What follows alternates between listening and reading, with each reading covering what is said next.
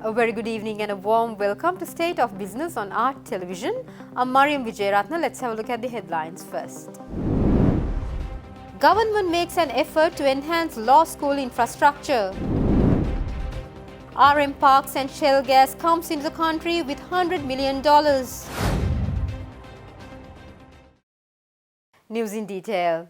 President Ranil Wickremesinghe announced the allocation of government-owned land aimed at enhancing the facilities of Sri Lanka Law College students.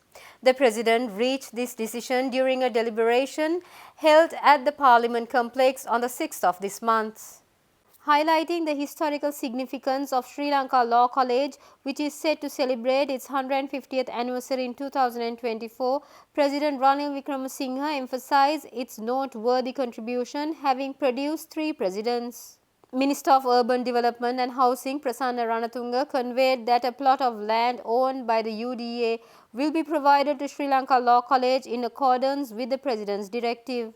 President Wickremesinghe directed relevant authorities to promptly formulate plans for the immediate enhancement of the facilities. The initial phase of 40 perch plot will be allocated, with the remainder to be provided as per the requirements outlined in the comprehensive plan following consultations with the Ministry of Justice. Atula Patinayaka, the principal of the Law College, noted that in the school's 150-year history, no land had been allocated to improve student facilities.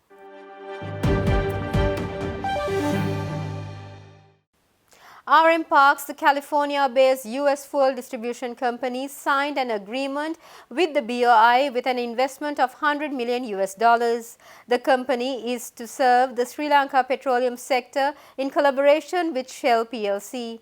The agreement was signed by representatives from both entities at the BOI premises in Colombo recently. Shell plc operates as an emergency and petrochemical company in Europe, Asia, Oceania, Africa, the United States and rest of the Americas. The company operates through integrated gas, upstream, marketing, chemicals and products and renewables and energy solutions segments. Shell plc also explores for and extracts crude oil, natural gas and natural gas liquids. The company also markets and trades natural gas, liquefied natural gas, crude oil, electricity and carbon emission rights. Additionally, it generates electricity through wind and solar resources, produces and sells hydrogen and provides electric vehicle charging services as well as electricity storage. RM Parks is a leading fuel distributor in California and has more than 50 years in the petrochemicals distribution industry. The company engages in the business of the development of infrastructure relating to petroleum by operating 150 franchise fuel stations which are owned by the CPC. It is set to operate 50 new fuel stations as per the long-term contract entered into with the Ministry of Power and Energy and further to import and sell petroleum products.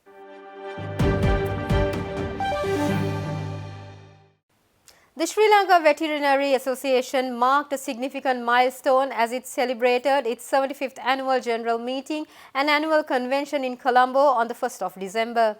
The event was graced by Agriculture and Plantation Industries Minister Mahinda Amaravira and High Commissioner for Canada Eric Walsh. The eventful evening saw renowned veterinarians getting recognized and awarded certificates and medals for their outstanding contribution and achievements. Dr. Mohammad Ijaz was inducted as the 76th elected president of the Sri Lanka Veterinary Association with the appointment of the 76th Executive Committee. The newly elected leadership is poised to guide the association towards new heights of excellence and services to the veterinary profession. The event witnessed the participation of more than 600 veterinarians and special invitees of the veterinary community in Sri Lanka.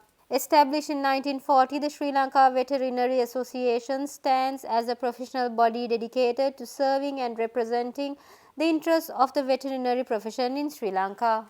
The veterinarian's responsibility to maintain a sustainable animal agriculture industry cannot be ignored. Agricultural development is one of the most powerful tools available to end extreme poverty, boost shared prosperity, reignite collapsed economies, and nourish a projected 10 billion global population by 2050. In Sri Lanka, the poultry industry has the greatest potential to contribute to the country's economic growth and sustenance, serving as both an exportable food commodity, bringing in foreign currency, and a major source of fairly affordable animal protein for its nearly 22 million population.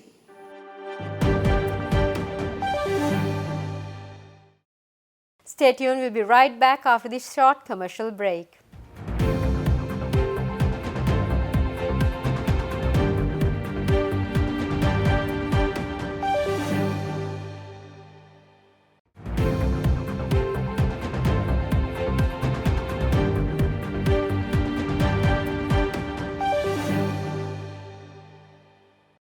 Welcome back after the break. Speaking at the event, the High Commissioner of Canada in Sri Lanka, Eric Walsh, said that Canada plans to expand its presence in Sri Lanka and the Indo-Pacific region through commercial integration in agriculture and technology sectors.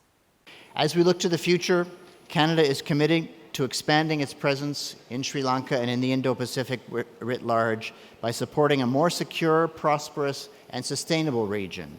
This would necessarily include the exploration of commercial opportunities in the agri-food sector, as well as partnerships in science, technology, and innovation. With over $30 million in earmarked funding, Canada's first ever Indo-Pacific Agriculture and Agri-Food Office will enable Canada to engage with stakeholders, regulatory counterparts, and policy decision makers to deepen partnerships with the countries of this region. Canada's Trade Commissioner Service, through the High Commission, is also exploring ways in which we work together and can cooperate to the benefit of both countries. In closing, let me just say how much Sri Lanka's veterinarians are uniquely placed to contribute positively to Sri Lanka's development, both in relation to the agriculture sector and society at large. And as we celebrate the history and achievements of the Sri Lanka Veterinary Association and its membership this evening, please let me reiterate my appreciation for all of the work you do, and let me wish you every success as you take on the challenges and pursue the opportunities that lie ahead.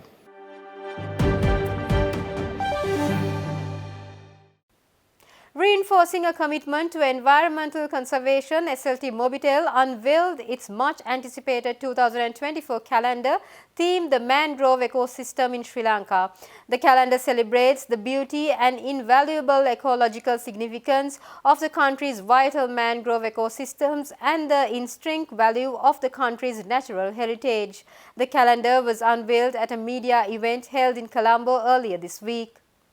SLT Mobitel has chosen its 2024 calendar theme to highlight the mangrove's unique biodiversity and climate resilience capacity for Sri Lanka. The calendar features 12 paintings, each depicting a different aspect of the mangrove ecosystem in Sri Lanka. The interconnectedness of life within the mangrove ecosystem is portrayed in the calendar by artists Pulasthi Ediriveera, Parami Vidyaratna and Pyumi Maheshika. අපි අපිට බොරු කරන ලෝකයක අපි ඉදිරියට ගියොත් මං අර කියපු දෙයි වෙන්නේ. මොකද්ද වෙන්නේ? මෙවැනි ලස්සන පරිසරය ඔබගේත් මගේත් නිවසේත් කාර්යාලයේත් මෙන්න මේ ආකාරයට ලස්සනට ෆ්‍රේම් වෙලා තියෙවි. හැබැයි ඒ පරිසරය හෙට අපිට නැති වේවි. මෙන්න මේ පරිසරයේ නැති වෙන එක නවත්තන්නත් සත්‍ය වශයෙන්ම පරිසරයට නියමාකාරයට සංරක්ෂණයට දායක වෙන්න අවශ්‍ය නම් කල යුත්තේ කුමක්ද කියන එකයි මම අද ඔබට කතා කරන්න බලාපොරොත්තු වෙන්නේ. මගේ උවමනාව ෆ්‍රේම් එකක තියෙන ලස්සන පින්තූරයක් බලන එක නෙමෙයි. ඔබත් මමත් හෙට දවසට මේ පරිසරයට ගිහිල්ලා මේ පරිසරයේ සුවඳ විඳින්න, සතුන්ගේ සද්දය අහන්න, ගී හඬ අහන්න, මේ පරිසරයේ ජීවත් වෙන්න, මේ පරිසරය විඳින්න.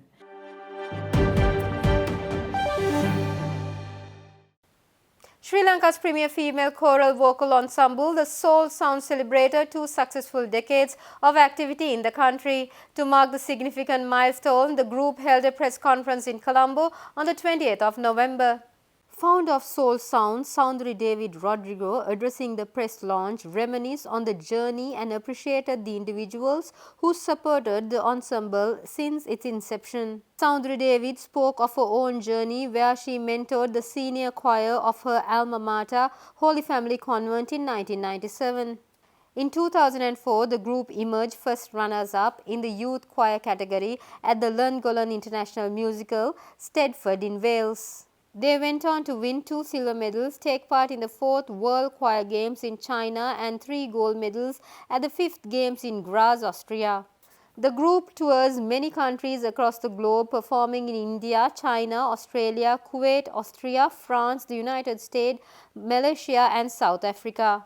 Soul Sounds began with a dream. It was to take choral singing, explore it and take it beyond our shores and connect with people across the world through music.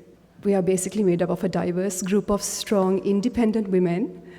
We have doctors and artists, lawyers, performers, teachers, mothers. We juggle all of that, and that's what connects us, and music brings us together.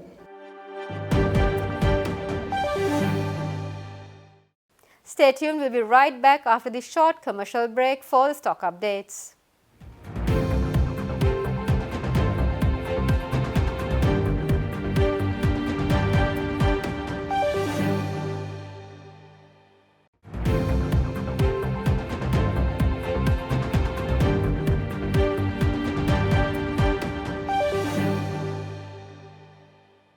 Welcome back after the break. Trading at Colombo Stock Exchange ended on a positive note today. The all-share price index gained 80.60 points to close at 10,793.84 and the S&P SL 20 gained 37.54 points to close at 3,102.99. The turnover was 1 billion rupees and over 35 million shares were traded.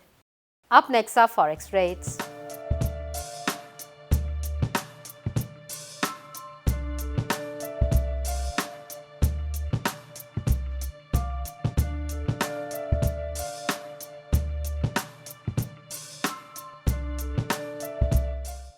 That's all we have for tonight. For this and more, subscribe to our channel on YouTube and follow us on Facebook. Have a great weekend. Take care. Good night.